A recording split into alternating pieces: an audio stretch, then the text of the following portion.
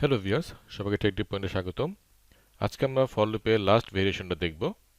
সেটি হচ্ছে loop with no body. এটাকে আমরা এমটি ফর লুপও বলে থাকি। এখন আমরা প্রোগ্রামের মাধ্যমে বোঝার চেষ্টা করব যে এই ফর লুপ উইদাউট বডি অথবা এমটি ফর লুপ কি এবং কিভাবে এটি কাজ করে।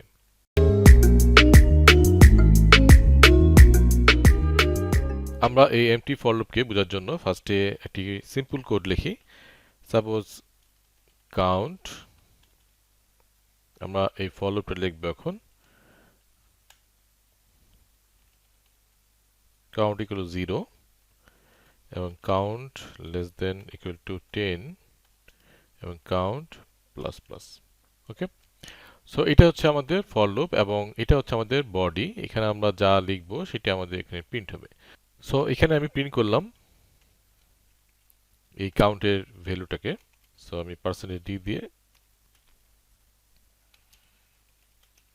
ওই কাউন্ট লিখলাম। ওকে, সো এখানে আমাদের কি হচ্ছে, তাহলে আমাদের এই যদি আমরা এটাকে রান করি তাহলে আমরা 0 থেকে 10 পর্যন্ত এই কাউন্টিংটা পাবো, তাই তো? এখানে প্রিন্ট হবে এখন। সো এটাকে যদি আমরা এখন রান করি তাহলে আমরা দেখবো যে 0 থেকে 10 পর্যন্ত প্রিন্ট হয়েছে, তাই তো? সো এটা আমাদের জানা সবারই।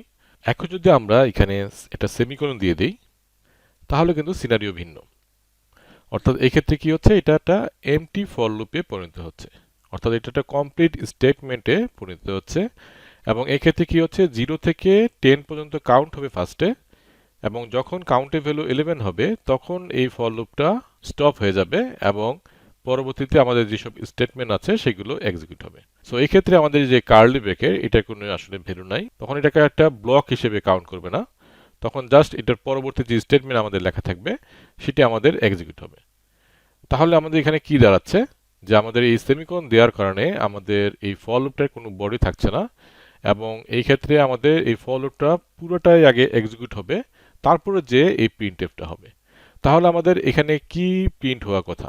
তাহলে আমাদের এখানে আমাদের কি 0 থেকে 10 পর্যন্ত প্রিন্ট হবে নাকি অন্য কিছু প্রিন্ট হবে? সো যেহেতু এটা ফর লুপটা এখানে এক্সিকিউট হয়ে যাচ্ছে, সো আমাদের কাউন্টের যে লাস্ট ভ্যালুটা অর্থাৎ 11, যেহেতু এটা 11 হওয়ার পরে আমাদের এই ফর লুপটা স্টপ হয়ে গেছে, সো এটা যখন স্টপ হয়ে যাবে তখন কাউন্টের ভ্যালু কিন্তু 11 হয়ে গেছে, তখন তাহলে আমাদের প্রিন্ট করবে শুধু 11। ওকে, সো এটা যদি আমরা রান করি তাহলে আমরা দেখব যে আমাদের শুধু একটাই আউটপুট আসছে, সেটা হচ্ছে 11। সো এটা অনেক ইম্পর্টেন্ট একটা টপিক, কারণ আমাদের ইন্টারভিউর ক্ষেত্রে সাধারণত এই ধরনের কোশ্চেনগুলো করে থাকে একটু কনফিউজ করে দেওয়ার জন্য, যে একটা ফর লুপ দিল তারপরে একটা কমা দিয়ে দিল এখানে। সো এখন আমাদের আউটপুট কত? সো তখন আমাদের খেয়াল করতে হবে যে এই ফর লুপটার পরে কি সেমিকোলন আছে কিনা, তাহলে কিন্তু এটা empty loop, empty for loop হয়ে যাচ্ছে। সো সেক্ষেত্রে আমাদের কিন্তু আউটপুট শুধু একটা আসবে এখানে এই ক্ষেত্রে। সো আমাদের এখানে আসতেছে 11। ওকে, আমরা কিন্তু দুইভাবে এই এমটি লুপ করতে পারি। একটা হচ্ছে যে আমরা এখানে সেমিকোলন দিলাম, তাহলে আমাদের এমটি লুপ হয়ে গেল। সো এটা হচ্ছে আমাদের ফর লুপ, তারপরে হচ্ছে আমাদের এটা হচ্ছে স্টেটমেন্ট। ওকে, তো ফর লুপটা আগে এক্সিকিউট হবে, তারপরে স্টেটমেন্টটা এক্সিকিউট হবে। আর আরেকটা হচ্ছে আমরা এই সেমিকোলনটা না দিয়ে আমরা যদি এখানে কোনো স্টেটমেন্ট না দেই তাহলে কিন্তু এটা একটা এমটি লুপ হয়ে যাচ্ছে। সো এমটি লুপ হওয়ার দুইটা অপশন আছে, একটা হচ্ছে এরকম আমরা সেমিকোলনের মাধ্যমে করতে পারি, আরেকটা হচ্ছে আমরা উইদাউট এনি স্টেটমেন্ট, হ্যাঁ, ফর লুপ বডিতে আমরা কোনো স্টেটমেন্ট না দিয়ে আমরা একটা ফর লুপকে এমটি লুপে কনভার্ট করতে পারি।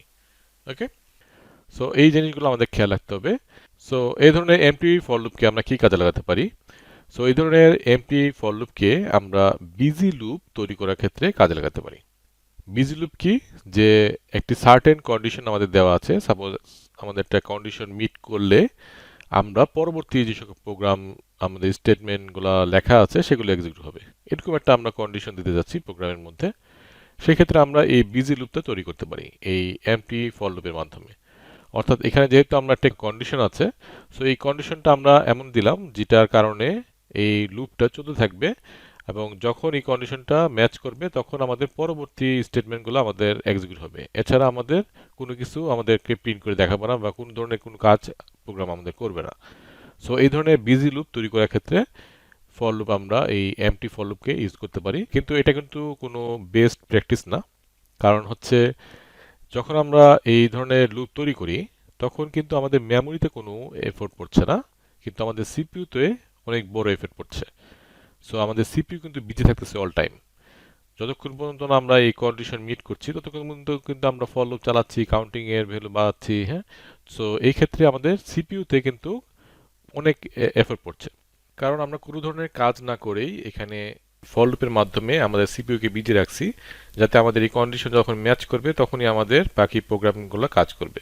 সো আমরা ওয়েট করছি কোনো একটি কন্ডিশনকে মিট করার জন্য, কিন্তু সেই ওয়েটের ক্ষেত্রে আমাদের সিপিইউ কিন্তু বন্ধ নাই, সিপিইউ আমাদের অলওয়েজ রানিং আছে। সো এই ক্ষেত্রে আমাদের কিন্তু সিপিইউতে অনেক প্রেশার পড়ছে উইদাউট এনি ওয়ার্ক। ওকে, সো সেই ক্ষেত্রে আমাদের এই ধরনের লুপ আমাদের জন্য বেস্ট না, বেস্ট প্র্যাকটিস না। সো আশা করি কনসেপ্টটা বোঝা গেছে। সো এটা জাস্ট একটা এক্সাম্পল। সো এই ধরনের ছোট এক্সাম্পল ক্ষেত্রে এটা যাবে না। সো এই ক্ষেত্রে আমাদের সিপিইউতে তেমন কোনো ইফেক্ট পড়বে না। কিন্তু এমন যদি হয় যে অনেক লম্বা সময় আমরা এই লুপটাকে চালাচ্ছি এবং এটা আমাদের একটা ইনপুটের জন্য ওয়েট করছে অথবা কোনো একটি কন্ডিশনের জন্য ওয়েট করছে, সেক্ষেত্রে কিন্তু আমাদের সিপিইউতে এটা একটা ব্যাড ইফেক্ট করছে। সো এই ধরনের ক্ষেত্রে আমরা বিজি লুপ ইউজ করব না। ওকে, সেক্ষেত্রে আমাদের আরেকটি অপশন আছে, সেটা হচ্ছে স্লিপ। তো স্লিপ নিয়ে আমরা পরে আলোচনা করব, স্লিপ একটি ফাংশন, সেটা নিয়ে আমরা পরবর্তীতে আলোচনা করব। জাস্ট এই কনসেপ্টগুলো আমাদের একটু ভালোভাবে জানা দরকার, কারণ হচ্ছে এগুলো ইন্টারভিউতে কিন্তু এগুলো ধরে খুব ভালোভাবে, যে আমরা যখন ইন্টারভিউতে যাব তখন কিন্তু এই কনসেপ্টগুলো ধরবে। কোনো বড় প্রোগ্রাম বা এই জাতীয় বড় একটা কিছু ফার্স্টে ধরে না, হ্যাঁ, সেটা হয়তো পরে হয়, হয়তো থার্ড ফেজে যে একটা প্রজেক্ট দেয় সেটা হয়তো করতে হয়, কিন্তু ফার্স্ট ফেজে কিন্তু এই কনসেপ্টগুলো ধরে, যে হয়তো জিজ্ঞেস করতে পারে যে বিজি লুপ কি। সো এটা তখন যদি আপনাদের জানা থাকে যে এই কনসেপ্টটা কি, তখন কিন্তু আপনাদের এই ইন্টারভিউতে আপনাদের কাজে লাগবে। এবং এই ফর লুপের যে কনসেপ্টটা, এটা আমরা যখন, এটা কিন্তু আমরা প্রোগ্রামিংয়ে ইউজ করব না, যেহেতু এটা আমাদের সিপিইউর পারফরমেন্সকে খারাপ করে দিচ্ছে। সো সেই ক্ষেত্রে আমরা এটাকে অ্যাভয়েড করব, কিন্তু এই কনসেপ্টটা আমাদের জানা থাকতে হবে। কারণ কি, কারণ হচ্ছে আমাদের যদি একটি এরকম কোশ্চেন আসে পড়ে আমাদের ইন্টারভিউতে অথবা কোনো একটি এক্সামে অথবা ভাইভা বোর্ডে, যখন আমরা এরকম ধরনের একটা প্রবলেম দিয়ে আমাদের বললো যে এটা আউটপুট করতে হবে, তখন যেন আমরা বলতে পারি। সো এই কনসেপ্টগুলো আমাদের জানা থাকতে হবে।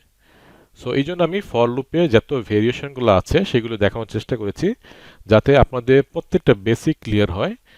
এবং ভালো প্রোগ্রামার হইতে হলে বেসিক আগে ক্লিয়ার করতে হয়, কারণ কোনো কিছুর ফাউন্ডেশন যদি ঠিক না হয় তাহলে এটা আসলে নড়বড়া একটা অবস্থা হয়, যেটা হয় যে আসলে বেশি দিন টিকে না এবং সেটা লাস্টিং করে না, একটা সময় বোরিং লাগে সব কিছু, যে এত কনসেপ্ট আমি ভালো করে জানি না। সো সেই ক্ষেত্রে প্রবলেম সলভ করতে যেয়েও কিন্তু প্রবলেম হয়।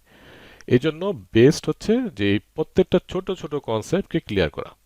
ওকে, সো আশা করি আজকে এই কনসেপ্টটা ক্লিয়ার হয়েছে যে ফর লুপ উইদাউট বডি অর্থাৎ এমটি ফর লুপ কিভাবে ইমপ্লিমেন্ট করতে হয়, বিজি ফর লুপ কি। ওকে, এবং কিছু কনসেপ্ট আমরা বোঝার চেষ্টা করলাম যে কেন আমরা এই এই ধরনের লুপকে আমরা ইউজ করব না, তাই তো। সো আজকে এই কনসেপ্টগুলো যদি ক্লিয়ার হয়ে থাকে, তাহলে আপনাদের জন্য একটা অ্যাসাইনমেন্ট থাকলো, সেটা হচ্ছে এরকম যে এই প্রোগ্রামটির আউটপুট করতে হবে। এবং আজকের ভিডিওটি যদি ভালো লাগে তাহলে অবশ্যই লাইক বাটনে ক্লিক করুন, তাহলে আমার ভিডিওগুলো র্যাঙ্কিংয়ে বাড়বে এবং আরও মানুষের কাছে পৌঁছে যাবে। এবং আপনারা চাইলে শেয়ার করতে পারেন আপনাদের বন্ধুদের সাথে, যাতে তারাও উপকৃত হয়। সো আজকের জন্য এটুকুই, দেখা হবে নেক্সট ভিডিওতে। আল্লাহ হাফিজ।